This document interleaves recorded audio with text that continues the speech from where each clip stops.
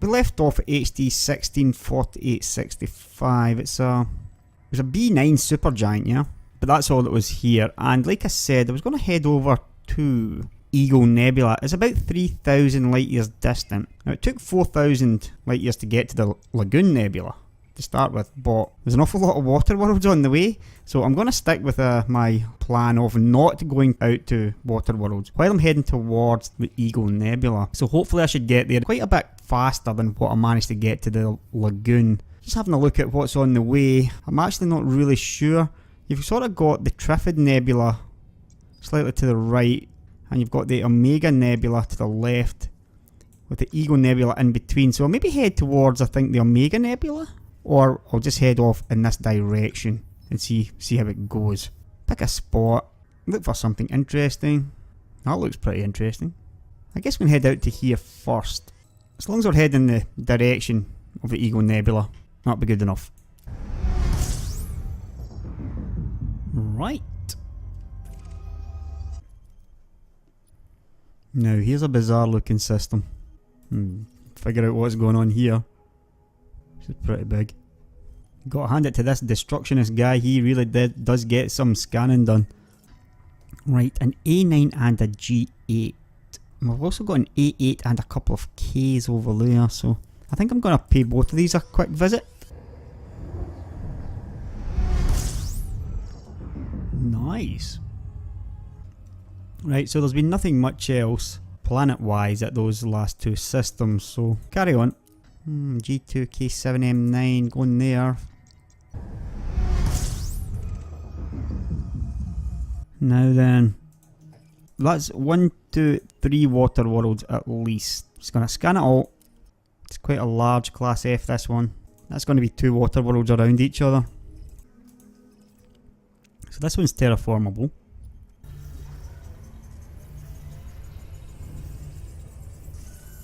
Right, so there's the first water world. Now this looks like the methane rich one.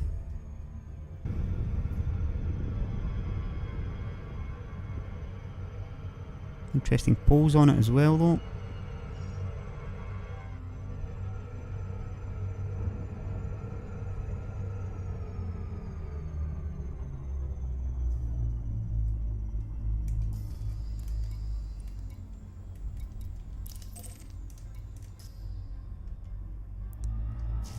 And you can just about see from here. No, you can see from here.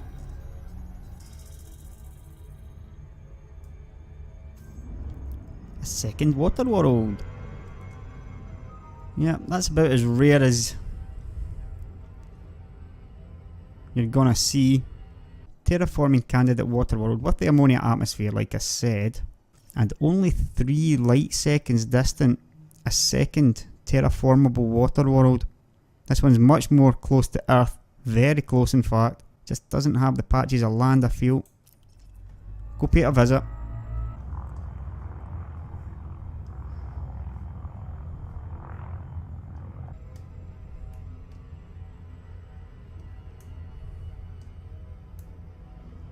Really big poles on that one.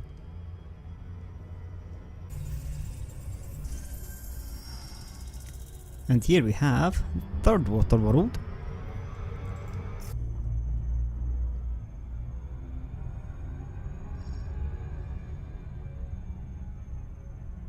Is it just shadow?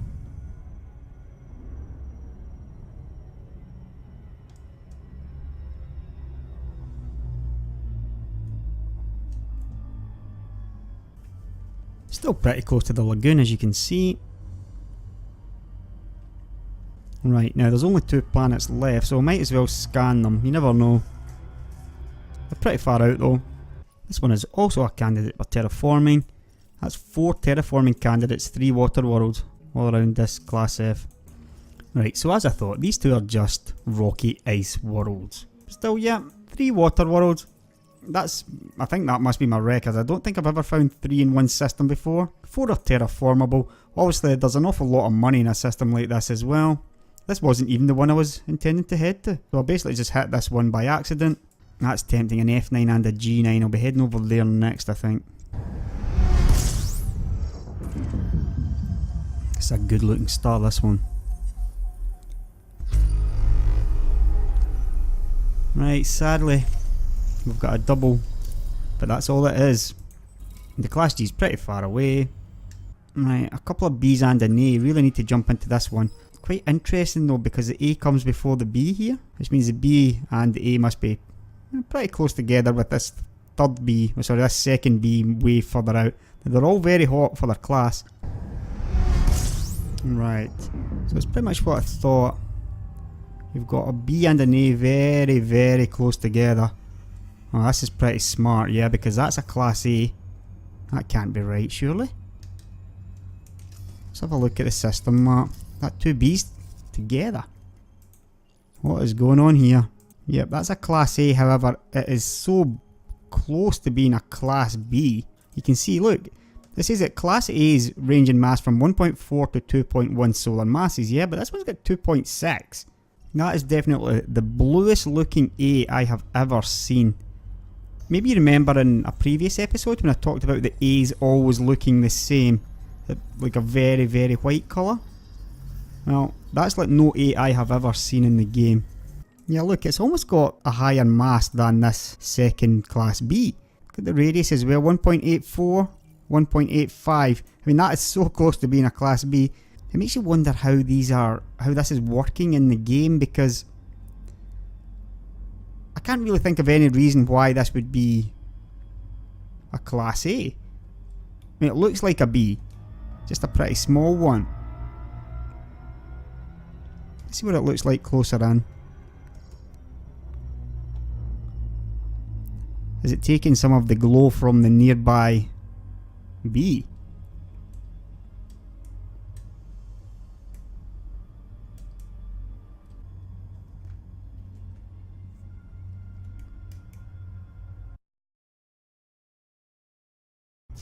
As you can see, the second Class B not that far away either.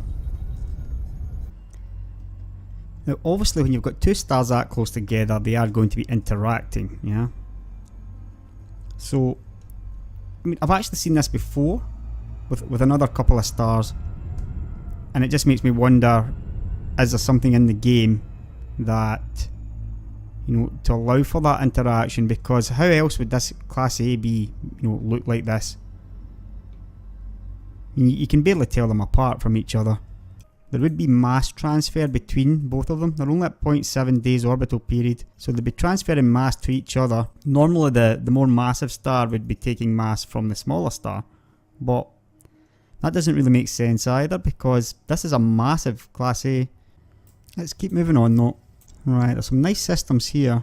An A8, an F4 and a K0. Gotta go there. But there's also an A8, a G7 and a K and an M over there, so two quick jumps here.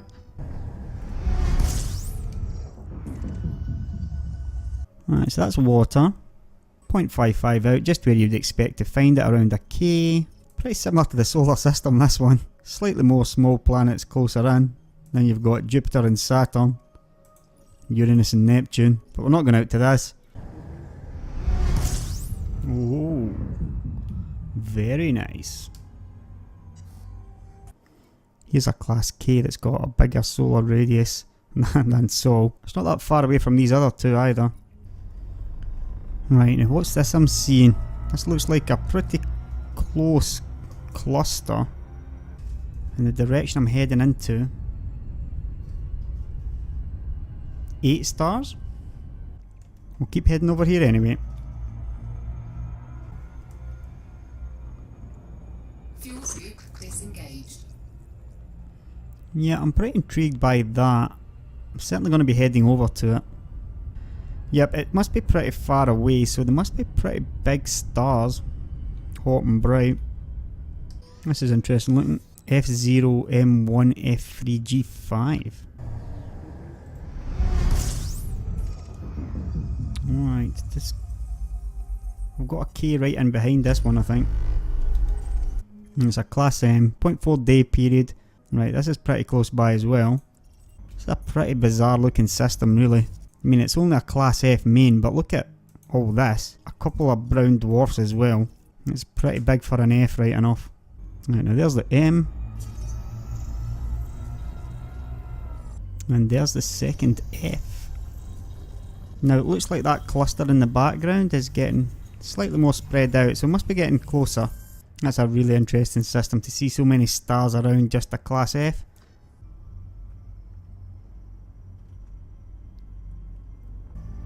This is just pretty smart, right?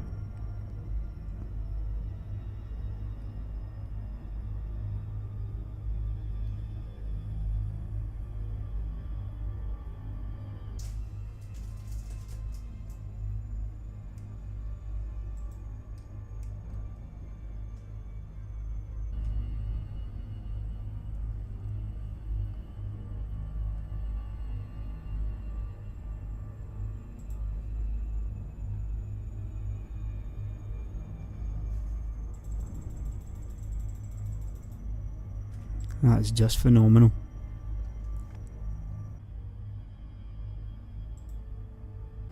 Right, so this looks like 9 stars now. 10 in fact. No, it's just 9, I can't count properly. Right. That was an interesting entrance.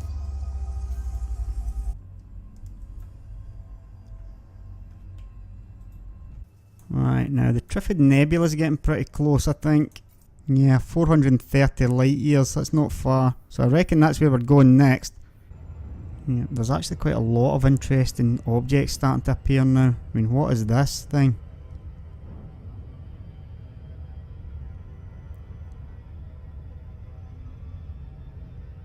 We've still got all this over here as well. Trifid Nebula sort of, well, it's probably not that far in the wrong direction. Just want to know what they are. Right, that definitely looks like it's spreading out again.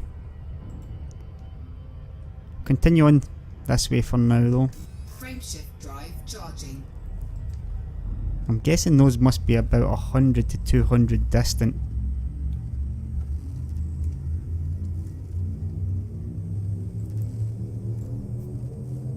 Maybe a bit more than that. 4, 3, 2, 1, engage.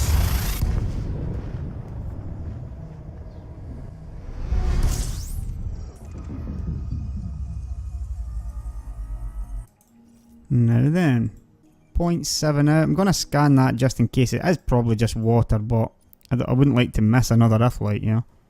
Right, what's going on? That looks like those 8 stars again. Did I get sidetracked to something else?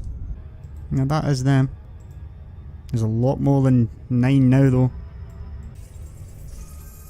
Right, so it's a water world.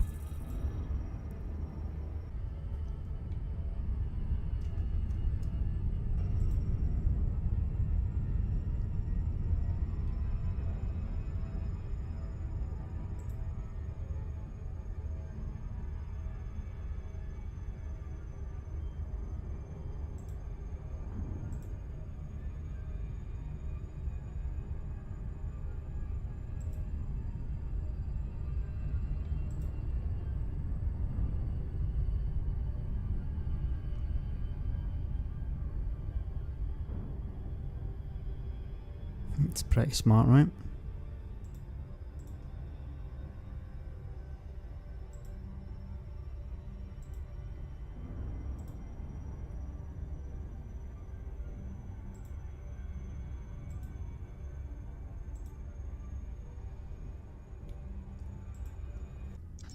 Right, so we've got double F here and then over to this F3G6.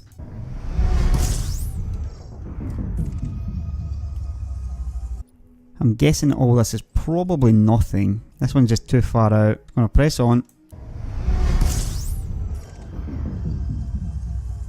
Alright. What do you think about this one? That looks like land under that to me. This is interesting as well. Probably too close in though. We'll be paying that one a visit. Now around about the G we've got just a bunch of high metals I think. It's really far out as well. I'm definitely not going to be going over here. However, there's a couple here that are well worth checking out. Obviously that's at least water and I'm pretty sure there's land there. Right, so this one was just a high metal content. It's not even terraformable. And we've found an Earth-like. Yep, I thought I could see a patch of land. This one's going to be pretty small. It's got pretty big poles on it as well.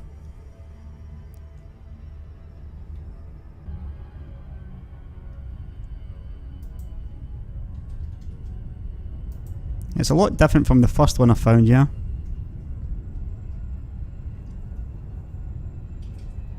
Much bigger poles.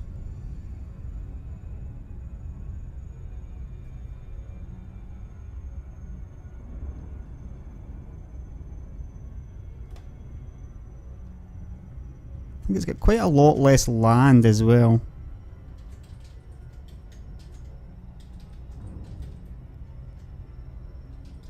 Going for a closer look.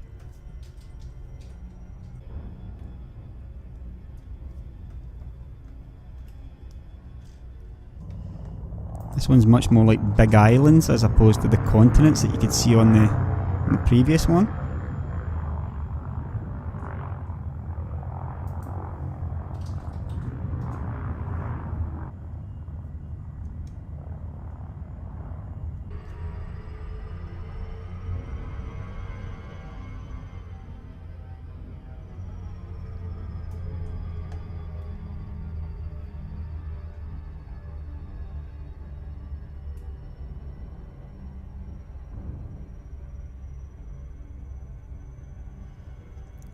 Yeah, it looks pretty nice from here.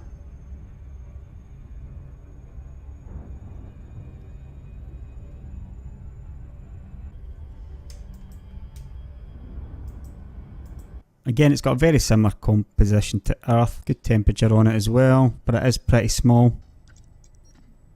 Right, now, this looks interesting.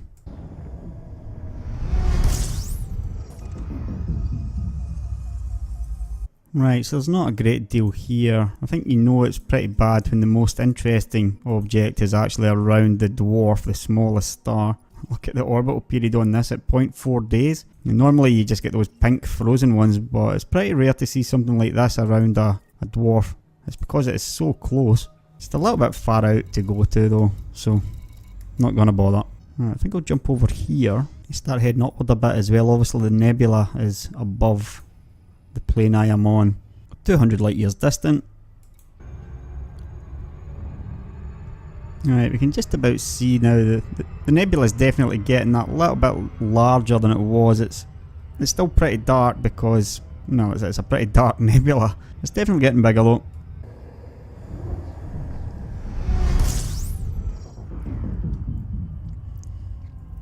Quite a nice little entrance, that one.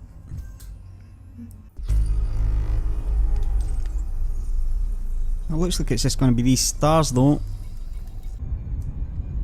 Right, so we're getting really close now. You still see this little cluster over here. Yeah, you can definitely see it now. Frameshift drive charging. Whoa, not good. Yeah, I'm heating up. And get out of here.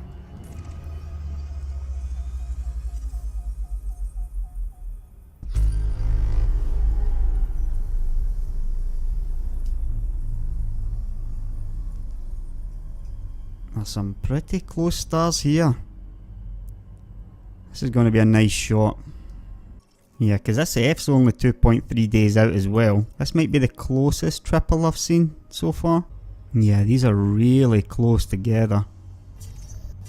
We've got a planet nearby as well, so this could make for a pretty nice shot.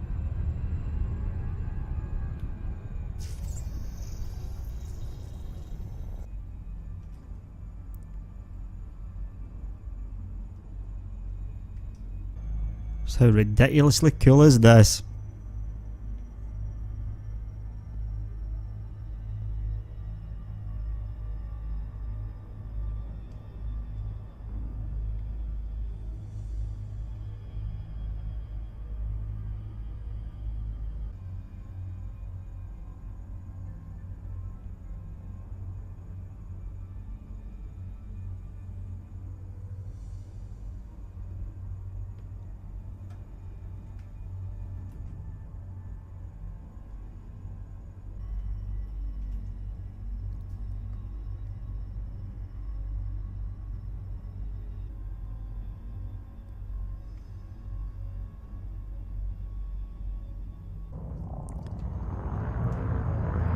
Yeah, this might be one of the coolest things I've seen so far. I'd love to know how those can remain stable, that's for sure. So close together. Frameshift drive charging. Yeah, we're looming large now.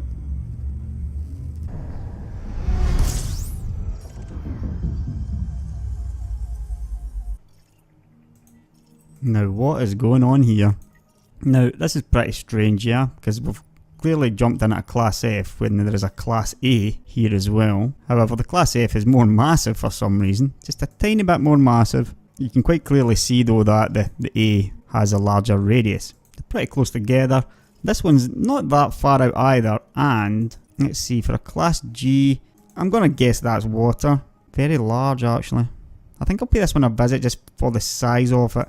I can scan that one while I'm there. But yeah, this is a pretty curious looking system altogether. Quite why this F is more massive than the A, no idea. I'll head out to this G though, mostly for the curiosity value of it. I'm pretty sure it's just a high metal. This though is pretty interesting looking. That could be an argon atmosphere. Right, so it was a water world. It does look like an argon atmosphere, and a pretty large one as well at that. Pretty featureless. Got a tiny pole on it.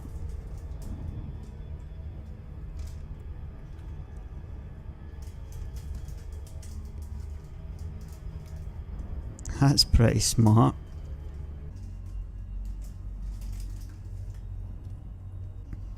It's a pretty colourful looking one. Right, so this one was just a high metal, very hot. Yep, pretty interesting one this one. 2000 atmosphere pressure. Really high surface temperature. But yep, the system's pretty interesting for these stars. A pretty large water world with an argon-rich atmosphere. It's got a very interesting look to it now. It's logged out for a couple of days and come back into this. It's looking pretty smart. Not much left in this episode now, so I'm just going to head on to the nebula, I think.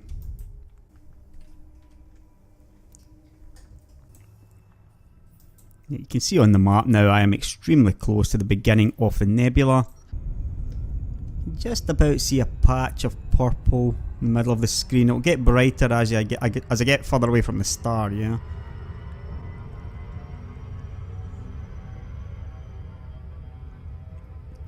Pretty large now though.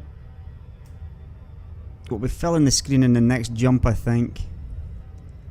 And it is really dark, so it's kind of difficult. You know, it's just going to look pretty dark, I think, inside it.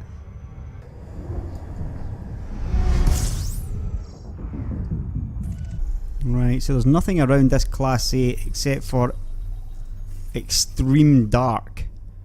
This is very odd looking, in fact.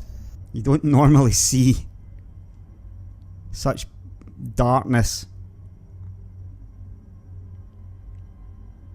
And it's sort of everywhere. We'll just keep heading in a little bit.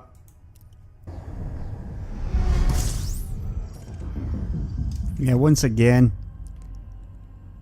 you get some really smart glows now off the stars because the background is just so incredibly dark. Yeah, this is going to look pretty smart if you get once I get deeper into it.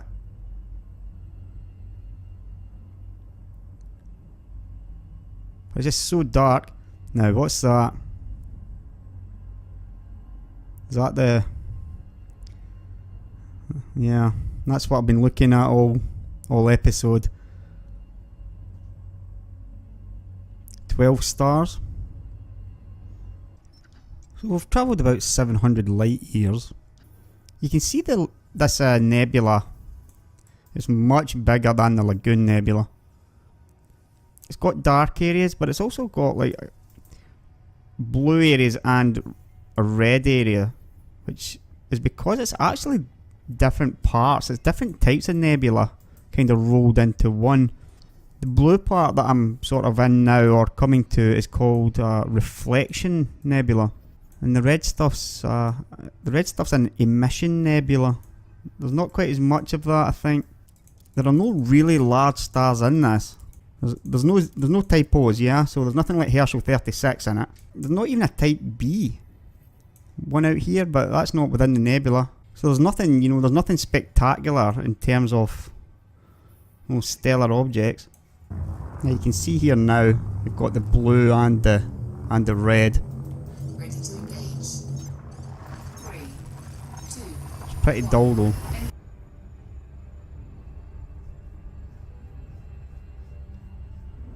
Yeah, that's pretty cool the way that just started to light up there. Now this is what it looks like. That's smart.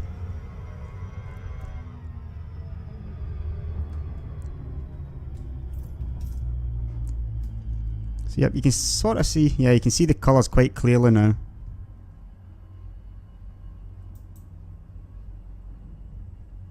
The blue parts and the red parts. It is much, much bigger than the lagoon.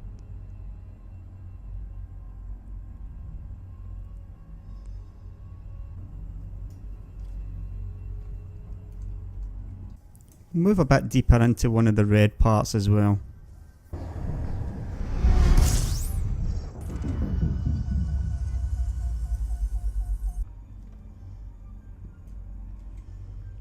So you probably won't see it much clearer than that. Clear difference between the blue, purple and the red sections.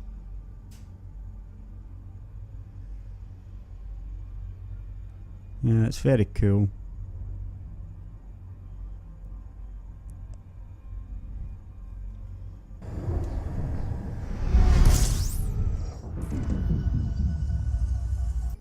Now look at the colour of this, and it is massive. I'm going to pay this one a visit. Right, so that's a water world, probably the biggest one I've found yet. It's got something very moon-like around it as well.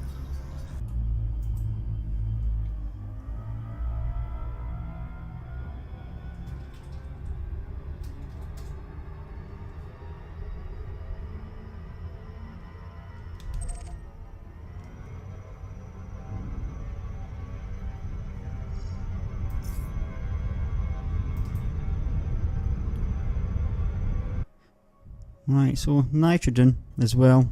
It's just so large, it's absolutely massive. It's still a little bit cold because it's so far out for a Class K.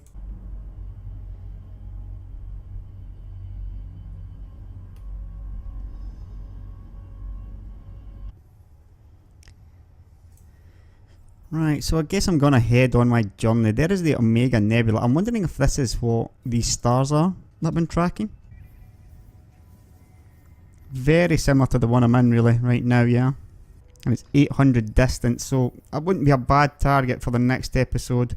It's a little bit away from the Ego Nebula, sort of heading in the wrong direction, but